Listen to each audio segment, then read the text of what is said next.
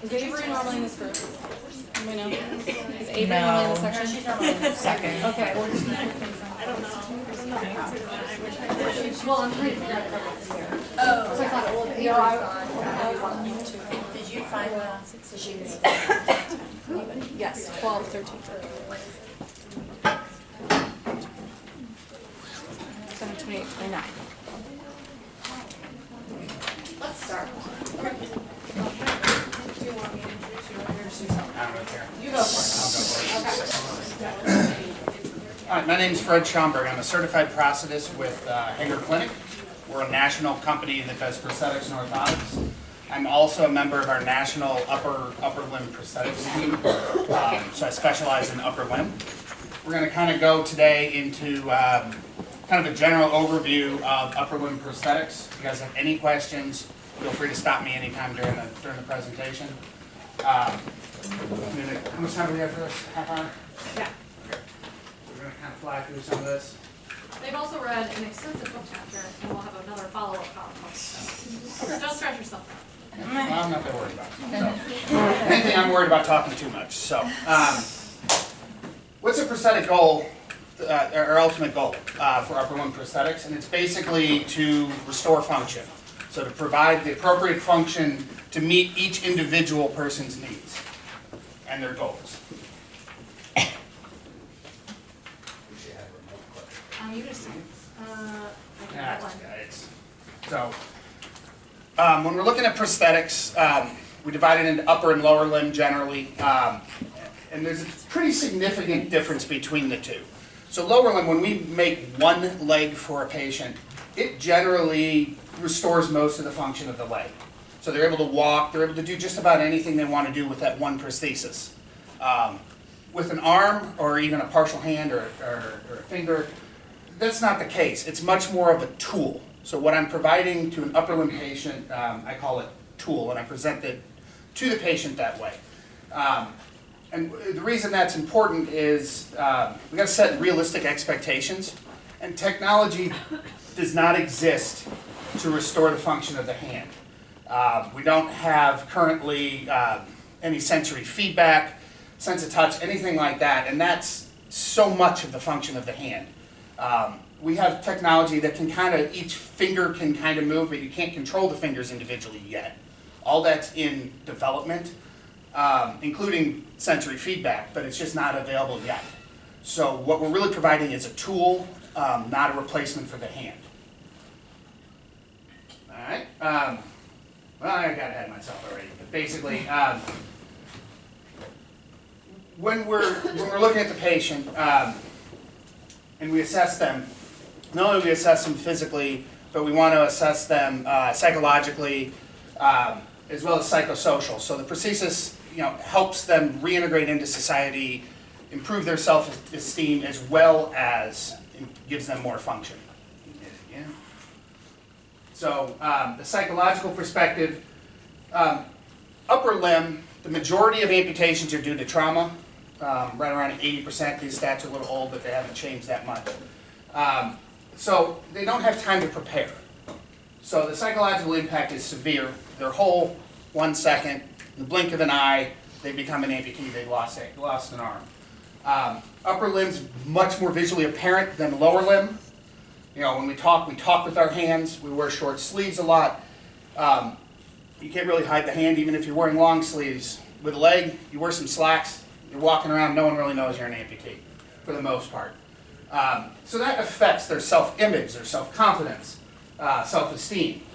The reliance on others is also greater generally than lower limb amputees. You lose a hand, now it's difficult to care for yourself. Things that we all take for granted that seem simple, like cutting your food. Different tasks that are generally bimanual suddenly are very challenging, and they're having to rely on other people. Go to the next one. There's a big disparity between expectations and reality, especially nowadays with the internet and movies and all this stuff that the patients see online, and some of the technology that's in development or it's just fictional versus what we actually have available. So that you know, Star Wars, $6 Million Man, that's kind of antiquated. Does anyone here know who the $6 million, heard of $6 Million Man? Yeah, one. Star Wars, everyone knows. But, and like I alluded to before, there's a big disparity between the function of a prosthetic hand and the actual human hand. We'll go to the next one. So due to trauma, the main focus of that surgery is not to restore function or to give us the most beautiful limb. It's to save the person's life. So what we're left with is residual limbs that are full of scar tissue, sometimes have range of motion limitations, all sorts of stuff.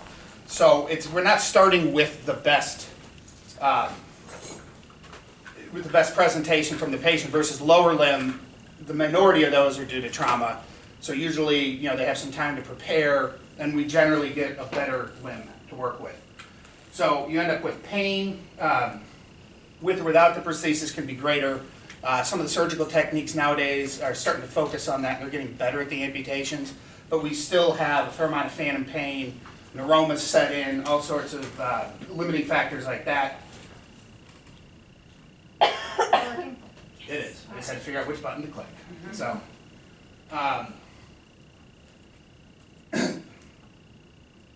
so an upper extremity amputation results in reduction or loss of manipulation, definitely sensation. We want the patients, you know, we want them to be independent with one hand, if they still have it. Sometimes they're bilateral, obviously. We want them to be independent and not have to rely on the prosthesis, but at the same time, we want them to use the prosthesis to offload their remaining hand. So it's very important. The dominance, obviously, if someone has a hand remaining, that's going to be their dominant side, whether it was originally or not, and that offers its own challenges. And the capability of the prosthesis is often unsatisfactory to the patient. Again, they have these expectations that it's, you know, shoot for the moon. Today's technology is going to be able to do all this stuff. And the reality of it is that, you know, without sensory feedback and all the stuff we've discussed, it has limited function. Again, what we provide is much more of a tool than it is a hand.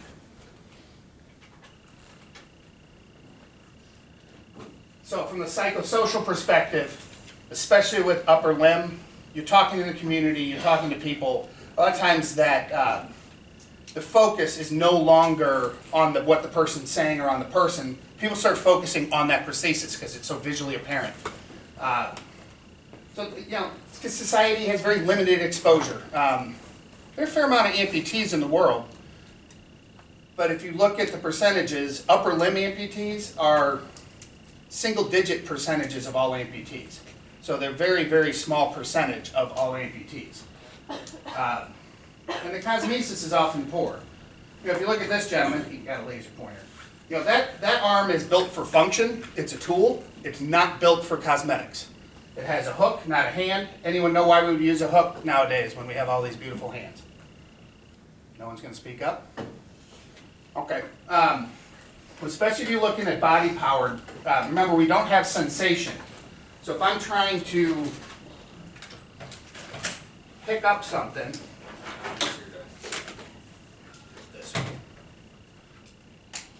so if I'm trying to pick up something off this table, and we'll just use this partial finger, and I have a hand, I go to pick it up, I can't see it, the hand's in the way.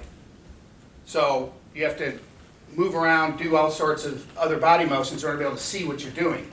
Whereas if I have a hook, I can see through the hook. Plus the hook also has very fine tip prehension, so you have better grasping with that than a hand. Now, some hands like this one can kind of mimic a hook. It's a pretty advanced hand, we'll go into that in a little bit. But still, a lot of people in the United States still prefer hooks. Now, the rest of the world, a different story. The United States is about the only country where the hook is still really socially accepted. Most other countries, pretty much they demand a hand.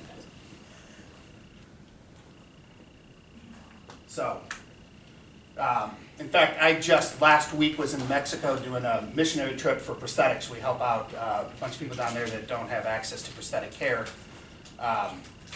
Saw 3 arm patients down there, and not a single one of them would accept a hook. I tried to talk them into it on function, and they wouldn't do it. So when we see the patient, the first thing we're going to do is an evaluation.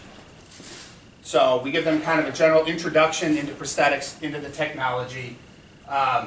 Discuss with them, what are their needs? What are they having difficulty doing? Do they have any pain? We're going to also do a physical assessment. What's their strength, their range of motion?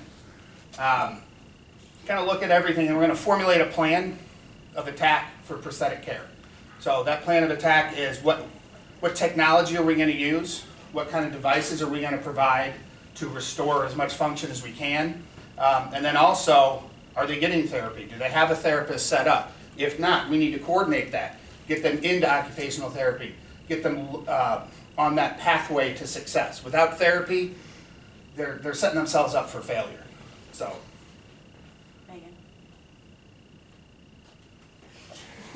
I didn't hear my name, I just. it wasn't that loud. So we're looking into physical condition. What are their hobbies? What do they need to do at work, vocationally, but also avocationally? Their mechanical aptitude, their gadget tolerance nowadays. So are they techno savvy, that kind of stuff? Because some of these hands nowadays can get pretty advanced and give you a lot of function, but you have to be somewhat tech savvy to be able to operate them. And also their self-image. Are they okay with the way they are? Have they accepted the fact that they're an amputee? Or do they really feel a need to be restored with the most lifelike looking device we possibly can do? So when we're looking at the patient, we're not only looking at the amputated side, but we're also looking at the sound side. Does it have full function? Does it have any limitations? Do they have any overuse syndrome? Are they having problems with that sound arm? Decreased grip strength? How's their sensation? All that. We want to look at the whole person, basically. Do they have any lower extremity involvement? A lot of times they're also an amputee, have a leg or toes or something missing on their leg due to the trauma. So we need to look at all of that. Try to formulate the best possible plan. We look at patient priorities. These are kind of their 4 basic categories, and it's a balance between these, and it's a slightly different balance with every patient. So it's a balance between comfort, cosmesis, function, and durability. And some patients will be more on the cosmetic side. A lot of them are that way at first, until we discuss with them, kind of go through the options, and then suddenly the cosmetics is maybe not as important, and they want to get more function. Everyone wants to be comfortable. And then durability, how hard is this person going to be? Are they a construction worker? Do they like to hunt? Do they like to, outdoors kind of person? Rock climbing? Do we need to make something very robust that's going to hold up? That's going to make it a little heavier. Or is it a petite person that really isn't that active outdoors, doesn't hammer, doesn't do anything that active? Well, now we can make it lighter and not have to worry about durability as much.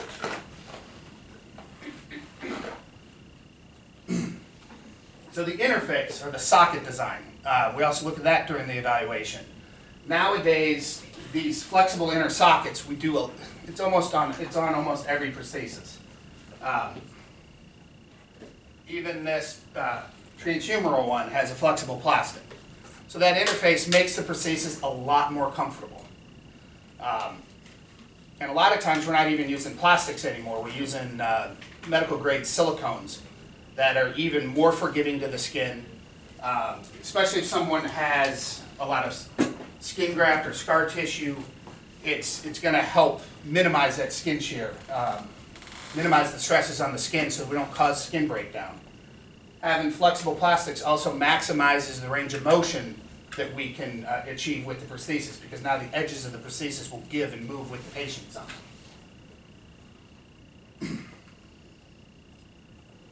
So when we design these sockets, we don't just take a cast and willy-nilly just kind of do something. We know the anatomy of the person. We accommodate it. So we're going to accommodate bony prominences so that they don't get excess pressure. But we may also take advantage of bony prominences and use it as a suspension method for the prosthesis. We want to give areas for muscles when they contract to expand into so that we're not causing muscle atrophy, we're causing hypertrophy. We want people to get stronger, we want them, as healthy as possible. And those designs are changing very frequently. This is just kind of what we do for a medium to short transradial, kind of areas we put pressure, areas we relieve, so you'll relieve the cut end of the bone, so that when they're picking something up, that sensitive cut end of the bone doesn't jab into the socket and take a lot of pressure. Same with the olecranon. We want to give it space so that they can bend their elbow fully. Other areas we load up, they can take pressure. This we can kind of skip over a little bit, but one of the things we do, and I was part of the development of this, traditionally we've always taken plaster casts to speed up the process for patients and allow us to be cleaner when we're out on the road. We now use a lot of lasers, laser capturing, 3D capturing of limb shapes, and then use the computer to design that socket shape and kind of rapid prototype off of a computerized system. Not so much 3D printing yet. We are starting to do that within the industry. I have a couple examples of some 3D printed devices here with me today, but Hanger just bought a first commercial 3D printer in the prosthetics field about 6 months ago, and we're starting to integrate, figure out what we can actually use that for finished devices. But right now it's generally rapid prototyping.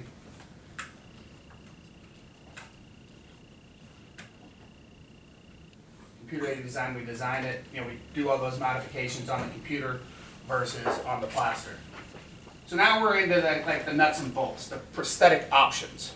So this is just kind of an overview. There's so much stuff that is available nowadays, and it's a full-time job, honestly, keeping up with all the new stuff that comes out. So there's not a single prosthetic system that will meet an individual's, all of their needs. That goes along the lines of what I was saying, we're providing tools. And the analogy I use with new patients is if I was getting my house built, and the carpenter was building a house, if I handed him a hammer, he or she couldn't build the house with just a hammer, they need a toolbox. So what we try to provide is kind of a multi-purpose tool at first that will do a lot of stuff, that won't do everything perfectly, and some things it won't be able to do. And then as they use it, incorporate it into their life, certain tasks, they may need something that's more specific to that task, and that's when we maybe provide another tool and start their toolbox, start building their box of tools. Sometimes it's stuff from me, a lot of times it's stuff from you guys, sometimes it's just you go on Amazon and buy some sort of an adaptive device.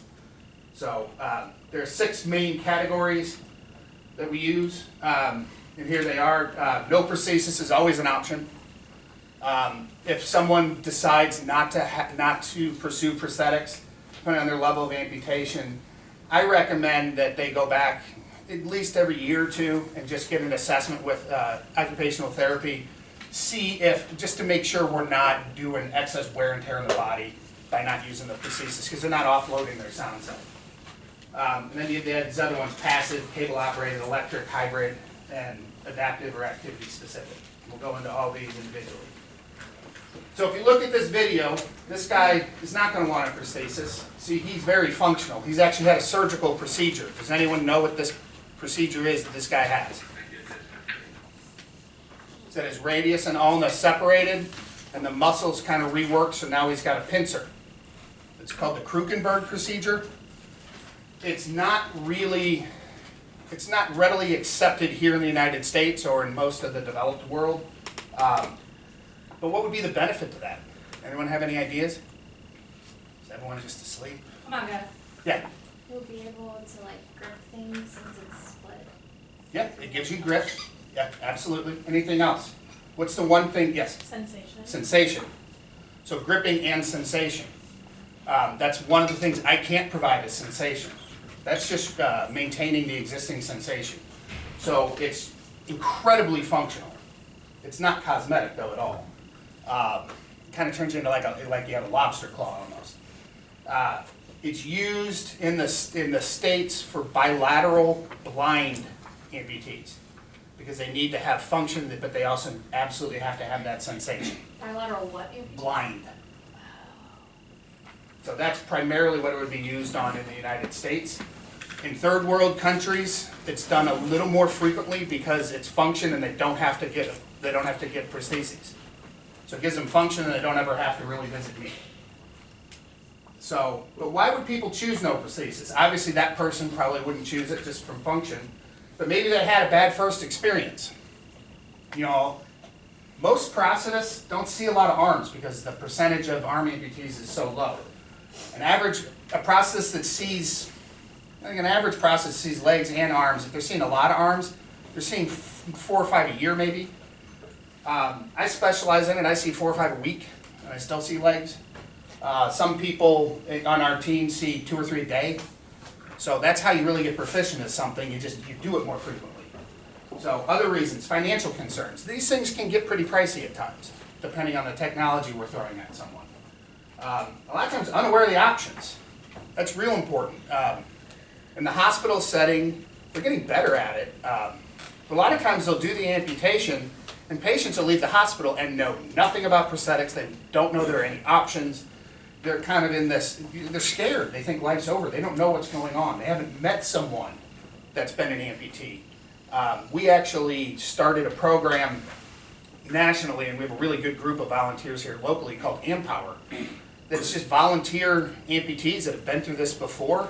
They'll meet them in the hospital, kind of explain what life's like. That really helps psychologically, helps them get over the trauma of the amputation. So it's really important. Or do you think part of it is that if they're in that pre-prosthetic, if they're traumatic and in that pre-prosthetic, that they've been through so much rehab to learn to do without, that it seems like, I don't have time or energy to try with? Possibly, that's one thing. In an ideal world, and actually we'll get into it a little bit, this is a good time to talk about it.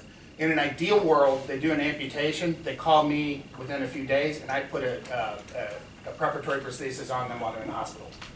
And they're learning to use, starting by manual tasks, while they're doing rehab in the hospital. And if they're a quad, would you put multiple prostheses on them to start? If they're a quad, My only inpatient patient was a quad in like 8. So we started with lowers first. For a whole inpatient stay, she didn't have any. so I don't, actually, what level's amputation are we talking about on the quads? Both, no, one below elbow and one. I definitely would have started the below elbow right away. If at all possible. Gotcha. So it's that. Gives them get some it sort of started. independence. Yeah. And potentially an above elbow, but maybe simple, not really have an active elbow, something they could manually position, but not something that's harness controlled because it'd be too difficult. The legs, if they're above the knee, you kind of have to wait. If they're below the knee, you still really, on a quad, you still have to wait because they can't fully weight bear until the suture line's healed. If they have one natural leg, so if they were trilateral, then you could maybe do another leg, but still, that's, within the first few weeks, it's only toe touch weight bearing, which is really hard to do without having hands. So I actually would have attacked the arms first, personally. No, it's super helpful to hear. Yeah. Does that help? Do you guys understand that? Okay. Yeah, so, that's a great question, because, yeah, a lot of people don't think about it, but, And your first quad might be your only quad ever as a therapist too. Like you True. just may not see true, much. especially in the acute setting like that, absolutely, yeah. You had a question, Fred? Yeah, So as OT, sometimes we like to explore the options of trying to make them people functional first before adding adaptations. Yeah. And you said you would like to go in right away. How do you kind of balance the aspect of not, do you understand what I'm saying? I do. Between automatically offering adaptations and tools versus training the client to. so you wanna do both. Okay. Yeah, so you're probably So, both doing. You don't want them to be trained to be, you want them to be independent without an adaptation, if at all possible, whether it's a prosthesis or an adaptation for me, whatever. If they can be independent, that's the best. You don't wanna have to rely on some extra gear. But at the same time, especially if they're younger, but at the same time, you want them to be able to do tasks bimanually, because it's gonna offload the sound side. The way I describe it to patients is, if they're a 20-year-old coming to me and they just lost an arm, they've lost their right arm below the elbow. So their right arm's 20 years old, their left arm's 20 years old. Now their left arm is gonna age at roughly twice the speed. So when they're 40, they're gonna have like a 60-year-old left arm. It's gonna start getting arthritis, gonna start getting all those other overuse kind of symptoms in there if they don't incorporate a prosthesis. Now, if they incorporate a prosthesis, it's not gonna replace their right hand, but it's gonna act as an assistive device to their natural hand that's remaining, and it's gonna slow down that, that aging process on the sound side. Does that make sense? So I want them to be able to do stuff without the prosthesis, but at the same time, I really want them to incorporate it. And there are several studies that have been out for a long time that the sooner we can get an arm on someone post-surgery, the better chance we have of them actually incorporating it into their life and doing tasks by manually. So you are, like, you're training them how to do, say, toilet transfers with bilateral lower amputations. You know, you're trying to make sure they have the skill set to do all their basic stuff on their own, but you need to be doing both. So some of it's about, like, how much time do I have with them, what's their tolerance, what's their emotional, you know, there's a lot to work on at one time. And that first prosthesis we are providing it, we do a really simple body power that's easy to learn how to operate. So benefits of no prosthesis, obviously comfort, you get proprioception because you can feel things. It's simple, it's cheap, all that kind of stuff. The limitations though, you know, you don't typically get active prehension. You have some balance concerns. Just because one side of the body is, weighs less than the other, different lengths, that kind of stuff. And obviously cosmetic issues are some of the limitations. The next level would be a passive prosthesis. Sometimes people call these a cosmetic prosthesis. If you watch this lady, her right arm is a prosthesis and her left is her natural. We do not like to use the word cosmetic. Insurance companies don't pay for cosmetic, and that kind of gives the perception that this prosthesis its only function is cosmesis and it doesn't offer any sort of real world function. If you watched her pouring that gallon of milk, she was definitely using it to help. Just because you don't have active grasp doesn't mean you can't use it to balance something. Doesn't mean people don't use this for other purposes. They use it all the time. They'll wear that arm and use it all the time. It's not just for show.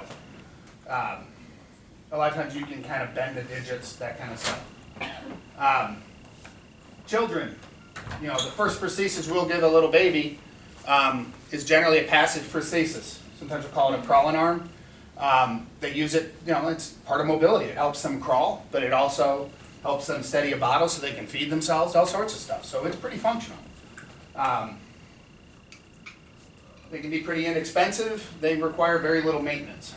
So the limitations to it though, you know, they don't have active prehension. They're not always as durable. They have limited function.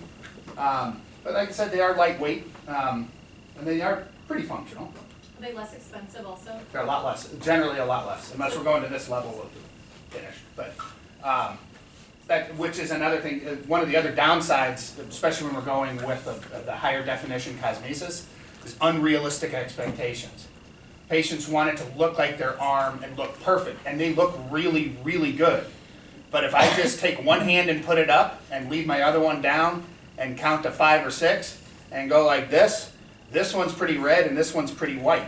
We, especially Caucasians, we change colors constantly throughout the day, depending on what you're doing. And a silicone restoration is going to stay the color it is. You know, and that's not to mention seasonal changes. You know, in the summer we're going to be outside more. We're going to obviously get a little bit of a tan.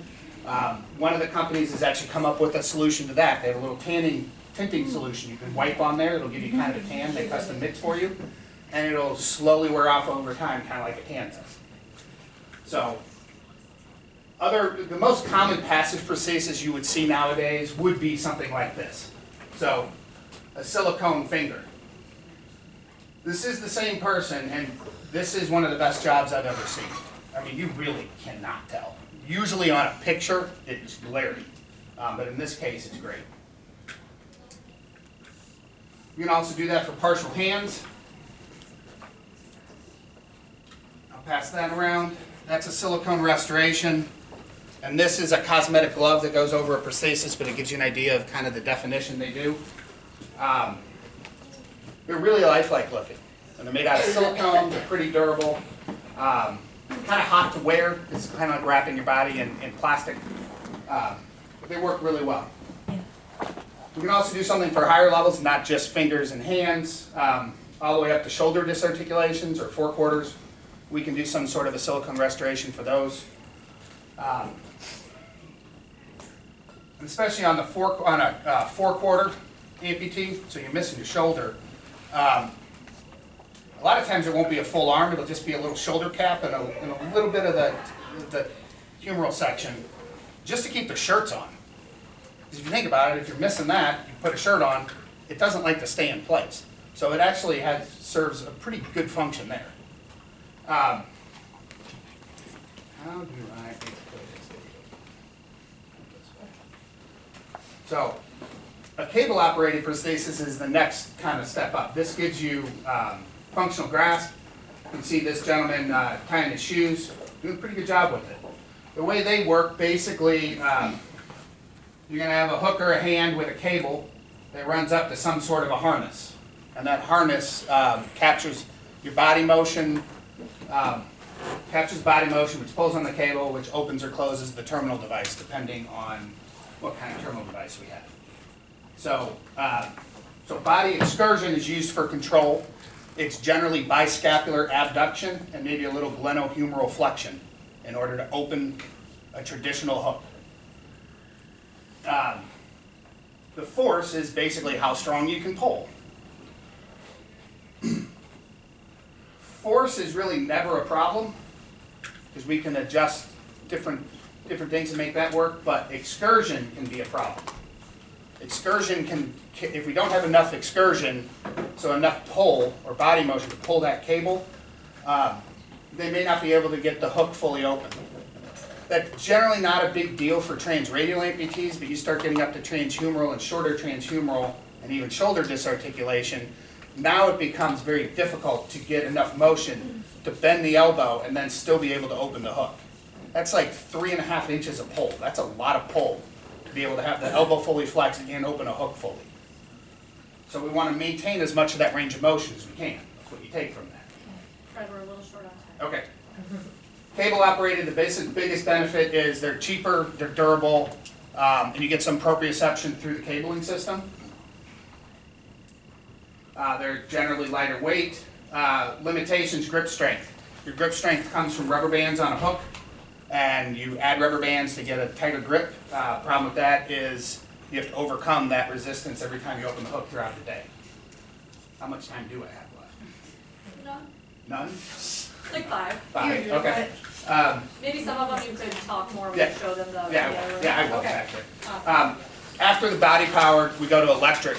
So electric can be either switch or myoelectrically controlled or some other things now. The biggest benefit to electric systems is you get good grip strength without any wear and tear on the body because it's just using EMG signals generally. So, and with some of the newer technology, we can get a hand like this where all 5 fingers move, but if I give it different signals, it actually changes the grip patterns. It'll even, change the thumb a little bit. So you can get a nice multi-purpose tool like this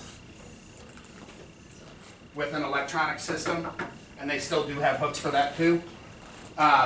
Control options, you have the traditional myoelectric, which looks at EMG. We can do different harness controls where you're pulling on a different switch. Nowadays, there's some surgical procedures called TMR, targeted muscle reinnervation, which basically gives us multiple EMG sites to do some very advanced control of a prosthesis. So for myoelectric control, we are going to go into this in the back. With a simple 2-site system, we're going to look at antagonistic muscles. So what we're going to do is probably treat you as if you're a below elbow amputee, so wrist flexors and extensors. So the extensor is going to open the hand, the flexor is going to close the hand or hook. Generally, the way it works, you have a threshold. Anything below this threshold, the processor in the hand ignores. The first signal, whether it's open or closed, that crosses that threshold, that's what the hand does. And the higher it is above the threshold, the faster it goes. So it's proportional control. Does everyone understand that? So, can reduce or completely eliminate the harness so you don't have all the strapping. But you do have batteries that you have to charge, and you do have increased weight. Like I said, you can get some enlarged contact area. This is where hands actually work pretty well, is with electric better than body powered. Limitations, weight, cost. They generally don't like to get wet. It's like most phones, you get them wet and they'll never work again. So that's something you need to worry about. They're not as durable as body powered, and when they do break, they are a little more expensive to repair.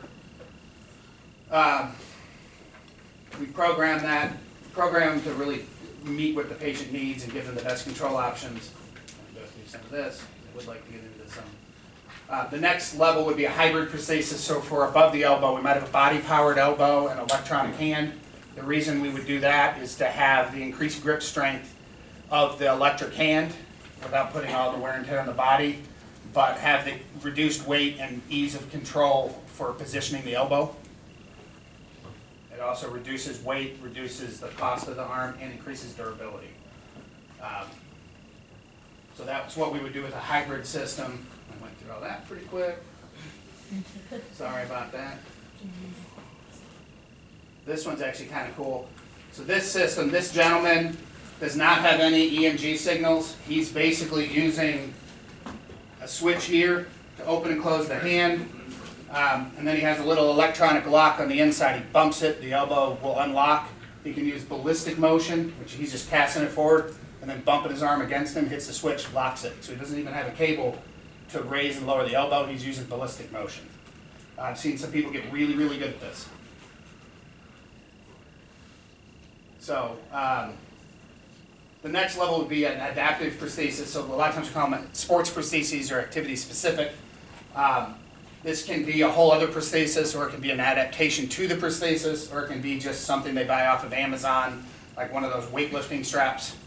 That can be an adaptation too. Come on. That's not moving.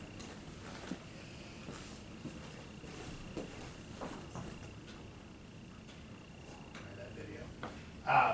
So the benefits to an adaptive prosthesis, that's when we're doing a real specific task. We're really narrowing down to something someone needs to do, and they need to do it at maximum efficiency.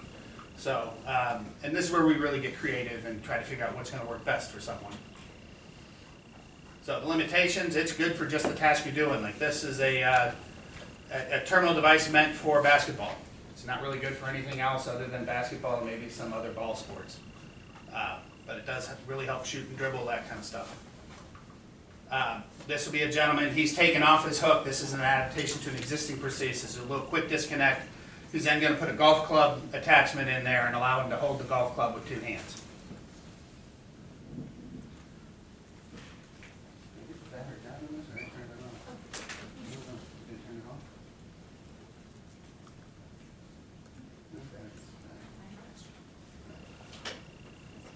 So all sorts of stuff we can do. There's some companies out there, nail holders, whisks. There are two companies out there that have all sorts of devices. One of them, TRS, is primarily sports. Another one, Texas Assistive Devices, which is all sorts of stuff, hammers, tools, personal care products. This is some of the stuff they have at Texas Assistive Devices. So all sorts of cooking equipment, yard tools, hairbrushes, anything you can imagine. They either have it or they'll make it for you. Golf club attachments, tripods, you can kind of see what they have there. Get it? Thank you. Perfect.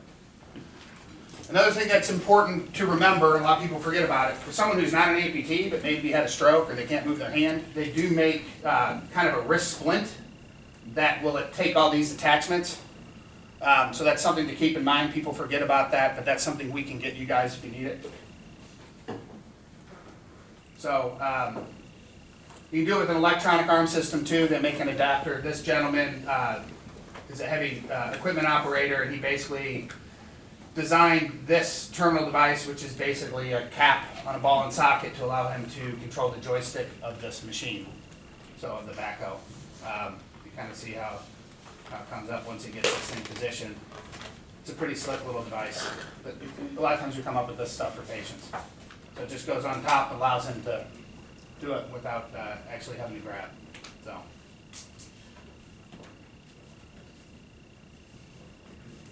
So oftentimes people need more than one prosthesis for upper limb. If you have if you have an electric, a lot of times you have a body powered backup, and maybe an activity specific type of device. In summary, basically, we want to restore as much function as we can to the patient. So the only way to do that is through teamwork.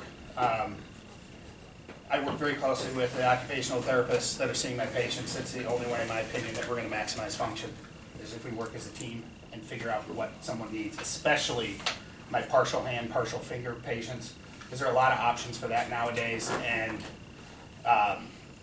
it's just real helpful to have the therapist's opinion. By the time, when I'm brought in, you guys have already seen this patient multiple times, you already really know a lot about them. It just works better that way. Any questions on that stuff? You guys will get a chunk of one-on-one time with him also, not one-on-one. No, Small no, group you on can ask, two yeah. time, So the IPOP, this is just, we were alluding to earlier, we make like a plaster cast, put a hook on it, have it functional. We do them a lot nicer than that nowadays, but,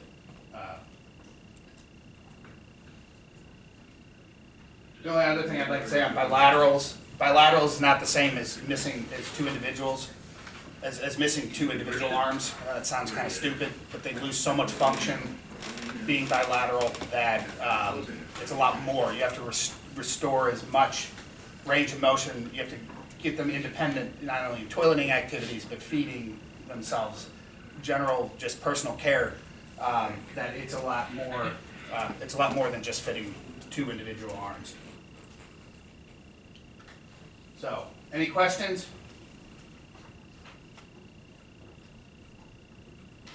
No? Doing good. We kind of went into most of this stuff just as I was talking. So, we have some slides that we're gonna share with you guys over the next day or two that also cover some of the same steps of prosthetic training.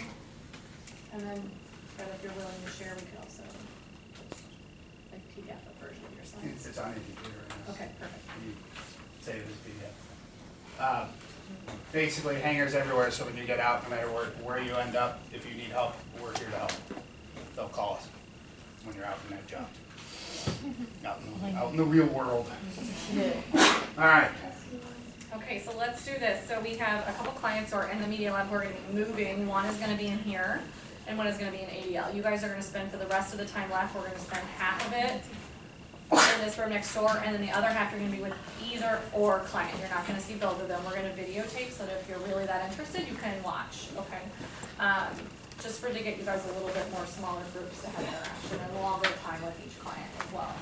So let's do this. Let's have B, group B, who always goes into media when we break up like this. Let's have you all go in there. Nobody move yet. Let's have, one always stays in here. Let's have Curtis through Haley stay in here. And then Haley as in Siobhan, last name or Haley Dieters? Haley Dieters, that's a very good question. Curtis through Haley Dieters stay in here, and then Siobhan, Claire, and Aaron go in the middle. So that takes us up to like 13 or so in there.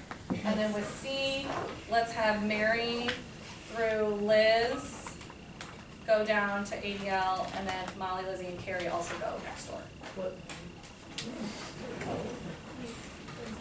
Mary McIntyre. You're not, yeah. You're in this You're room, Mary. Mary. Oh, yeah. There's like 6 Marys. So just bring your handout and a pen, okay, and a notebook if you need it. Everything else, including